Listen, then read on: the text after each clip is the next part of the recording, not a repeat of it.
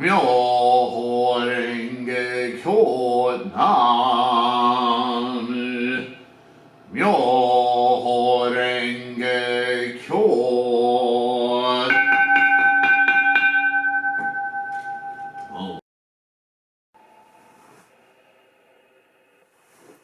Okay, I messed around with the camera here. I hope that, there we go. Hope everything looks okay. All right, so we're starting part 2 of Opening of the Eyes. Now, in part 1, we got a lot of history from Nichiren on the formation of Buddhism, the scholarship of Buddhism, the early teachings versus the newer, the latest, the ultimate teachings of the Lotus. And brought us to that point, along with his own life experience, his own practice, and his own experience of the teachings, the scholarship, and including his own doubts about his own place in the teachings of Buddhism and the meanings and so forth. So it's really kind of, this Go Show is kind of like a teaching and a history and a come on a journey with me through here's how all of this plays out. And in part 2, he starts to hunker down on the Lotus Sutra itself. Now that he's brought us to that point in the scholarship, with his own life as well as with the scholarship that he's studied and so forth. And we are now going to start talking about Nichiren's own personal insights into the deeper meanings of the Lotus Sutra. And in it, and just in this early part, as we'll discover in this video, a lot of things are going to be answered that keep percolating up even to this day. I just answered some questions on Quora this week about how many Buddhas are there and how many Buddhas were there before Shakyamuni Buddha, and all of these kinds of questions. A basic misunderstanding of the expedient means or skillful means or devices, the teaching devices, and how Buddha spoke about, Shakyamuni Buddha spoke about emanations of Buddha and emanations of himself, and what the bodhisattvas of the earth are. All these poetic kind of storytelling analogies that are in the scholarship of Buddhism can easily be misunderstood as literal, because especially in the West, well, not just especially, anywhere in the world, when we try to discuss with language the meaning of things, there tends to be this human obsession with latching on to words and examples and analogies as though those were the meaning and the meat of what is being communicated. We forget to look beneath the words, to understand, to gain personal insight, to get our minds clear. We just leap, or leap isn't the right word, we just lump more of these stories and ideas into our heads as truths, and they're not. They're fingers pointing at the moon. Stop looking at the fingers, look at the moon, right? Shakyamuni himself, that's where the example comes from, right? Okay, so let's get into it. And as you probably know from following my videos, I'll be interjecting a whole bunch. So part 2. And again, Nichiren's dialogue here directly follows the chapters, the scholarship of the Lotus Sutra itself. So when it starts out from this time forward, he's not talking about his own time, he's talking about the time pictured within the story of the Lotus.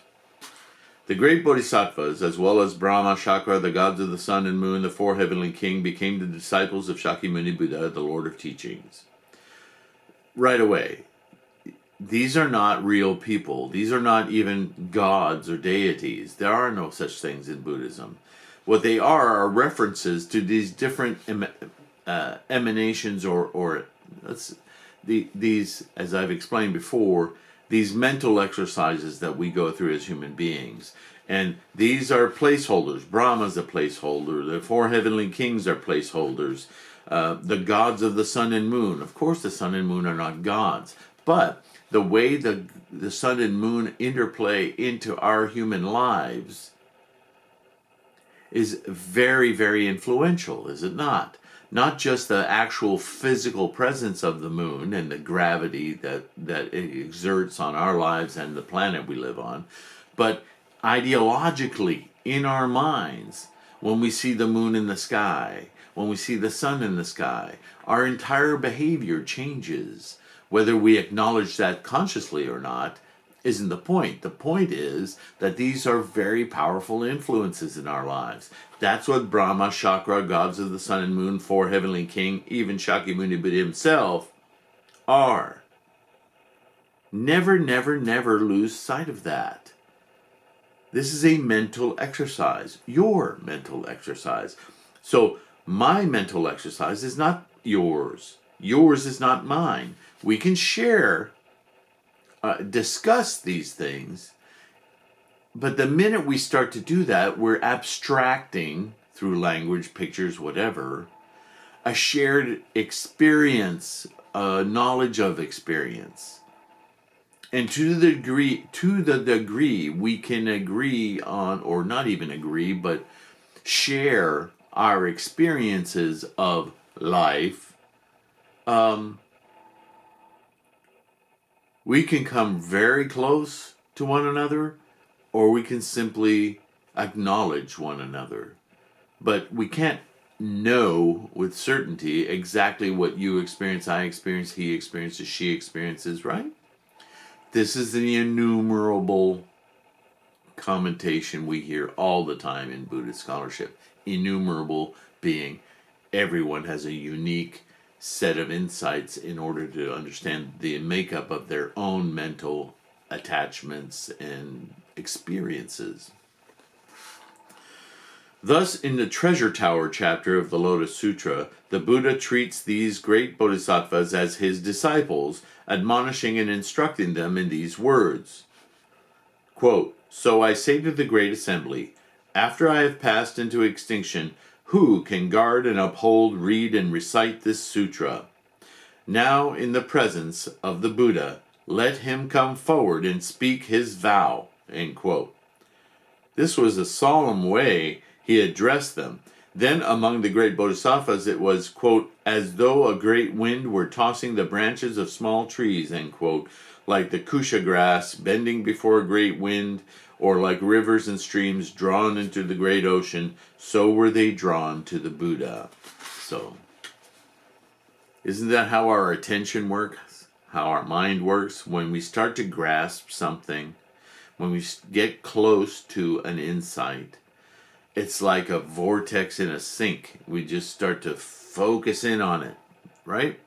We start to get it, right? We have all kinds of words for it: epiphanies, insights, aha moments, right?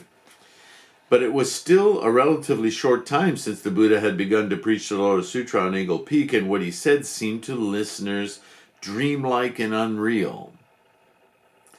The Treasure Tower had first appeared to confirm the correctness of the theoretical teachings in the first half of the Lotus Sutra, and after that the Treasure Tower prepared the way for the expounding of the essential teaching in the latter half. The Buddha of the Treasure Tower. Again, this is specific reference to the Lotus Sutra, so if you haven't read it, or if you want to read along with this, you'll kind of have to have at least a cursory knowledge of the Lotus Sutra before this starts to actually click. But I want to help you along here, because what he's talking about, the Treasure Tower, is Myoho Renge Kyo. It always talks about where it's placed. The Lotus Sutra is this whole story about the Treasure Tower hovering amongst all of us, and the validation of the teachings itself, and so on and so forth. Pay attention here, because what Nichiren is actually going to refer to later, and is really his own realization as he's discussing it here, the opening of the eyes, is that this very sutra, the Lotus Sutra, the way it's constructed, the stories within it, the analogies within it, all are represented by Nichiren in the Gohonzon. The Gohonzon is structured with characters and in shape and in size and diminutive size, the different sizes of the characters, the placement of the characters. It is a reconstruction of the Lotus Sutra, and by inference includes within it the teachings of the Lotus Sutra, which are the ultimate teachings of the entirety of the scholarship of Buddhism. Do you see the layers? And so the opening of the eyes is a very intentional gosho to bring the student into the world of the teachings as Nichiren is defining them, clarifying them, and constructing the practice for our modern day. This is you should have that in mind as you read this gosho. Otherwise, this will all sound very poetic and kind of confusing and repetitious, and you'll miss it. Moving on. The Buddhas of the 10 directions gathered in assembly. Shakyamuni Buddha announcing that all of these were emanations of himself. Think about that. To those who continue to ask, how many Buddhas are there before and after Shakyamuni? And they'll quote from Zen and from other sects of Buddhism. There are 11 here, there are 100 there, blah, blah, blah, blah, blah. All of these were emanations of himself.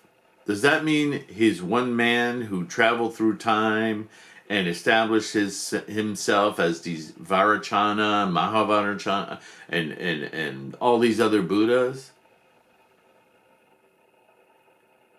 I mean, that might be your first step to understanding this. But understand, emanations of himself does not mean, and this is the translation, does not mean he incarnated in all these different places. Buddha is a mind state. Announcing that all of these were emanations of Buddha. Not him, Siddhartha Gautama. Him, Shakyamuni Buddha. A mental state. The treasure tower hung in the air, with Shakyamuni and many treasures seated in it side by side.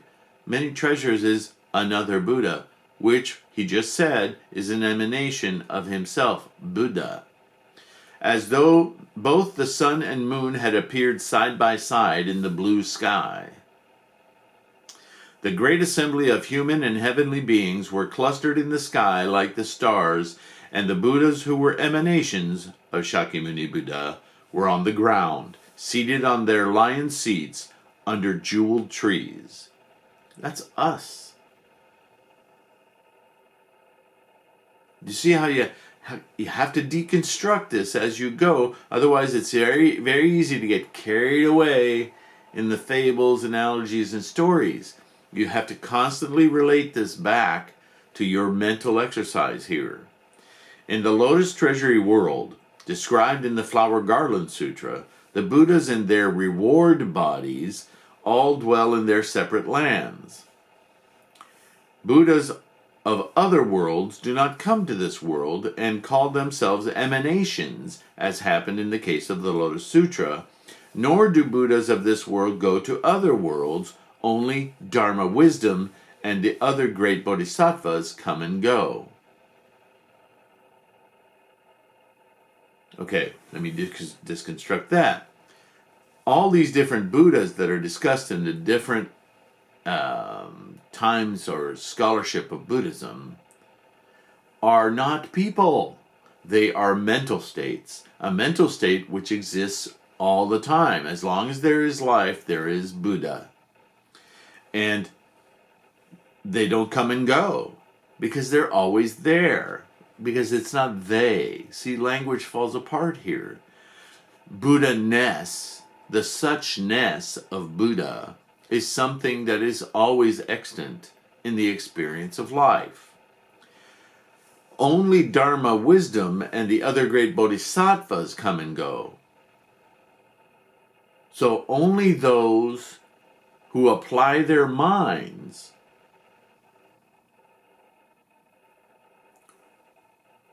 can perceive or not perceive this Buddha.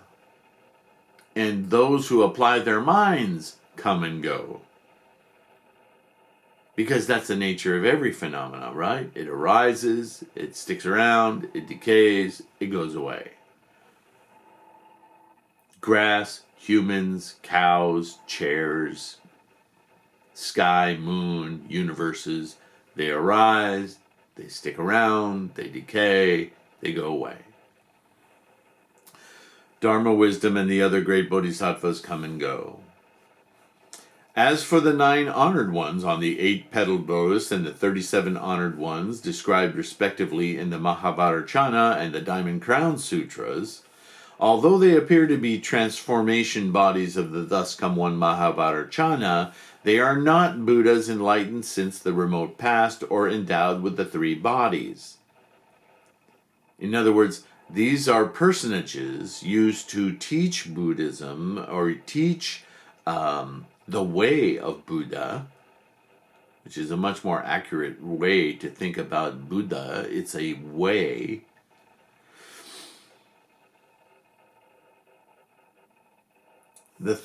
In other words, they're provisional.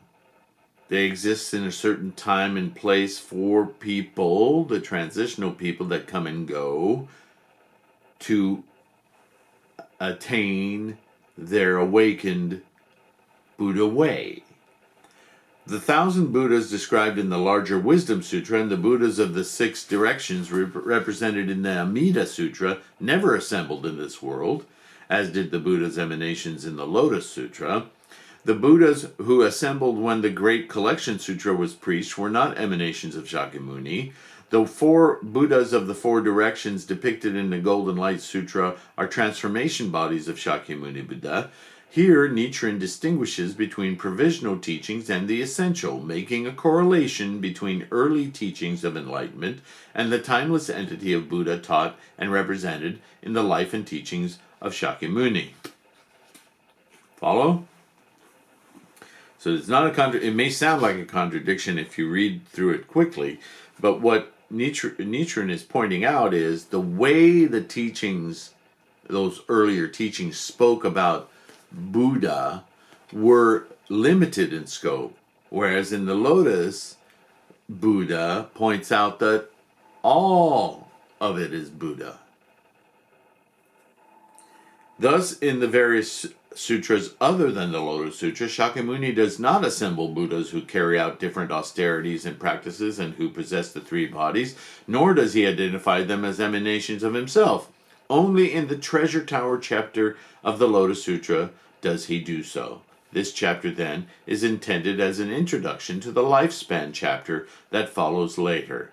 Shakyamuni Buddha, who was believed to have attained enlightenment for the first time only some 40 years previously, calls together Buddhas who had become enlightened as long as 1 or even 10 kalpas ago and declares that they are emanations of himself. This is a far cry indeed from the Buddha's usual preaching on the equality of all Buddhas in their Dharma bodies, and in fact, a cause of great astonishment. If Shakyamuni had attained enlightenment for the first time only some 40 years earlier, there could hardly have been so many beings in the 10 directions who had received his instruction. And even if he was privileged to possess emanations, there would have been no benefit in showing them to his listeners. Tendai, describing what went on in this astonished minds of the assembly, says, quote, "It was evident to them that Shakyamuni Buddha possessed numerous emanations. Therefore, they understood that he must have attained enlightenment in the far distant past, end quote. Now this is thick with meaning in all of this. And Nichiren is discussing here the nature of Buddhahood, and how only in the Lotus Sutra that Shakyamuni opened this door of all of these teachings he's done his whole life, and now he's saying, I am not Buddha-ness. I have attained the Buddha way.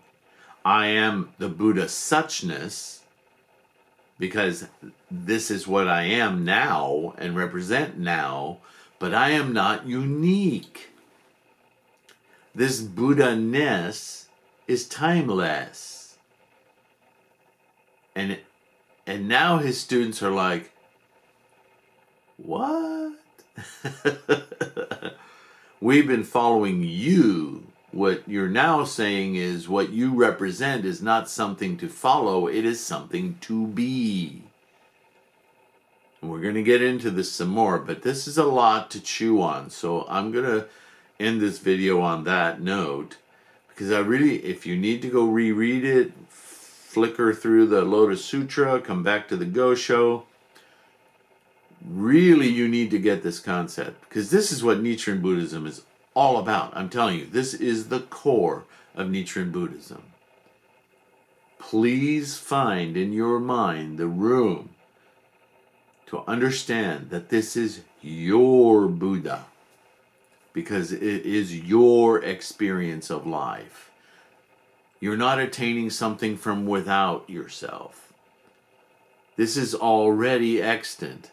The only reason that you're not living in it, the Buddha way, is because our human condition anchors us instantly in each moment to thingness.